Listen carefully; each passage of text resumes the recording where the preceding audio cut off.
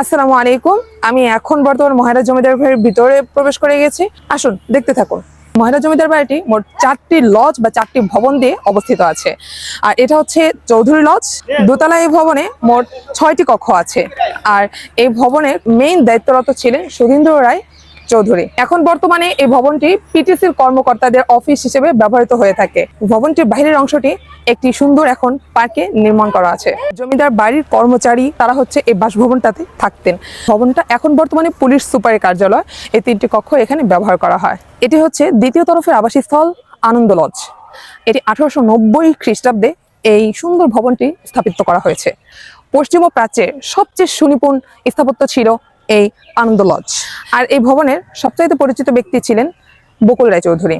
তিনি নিজে সংস্কৃতিকে অনেক বেশি পছন্দ করতেন। এই ভবনের অপর দ্বিতীয় ব্যক্তিত্ব রাধিকা লাল চৌধুরী। ভারতবর্ষে উনি সবচাইতে সুদর্শন পুরুষ হিসেবে সরকারের পক্ষ থেকে ওনাকে ঘোষণা করা হয়।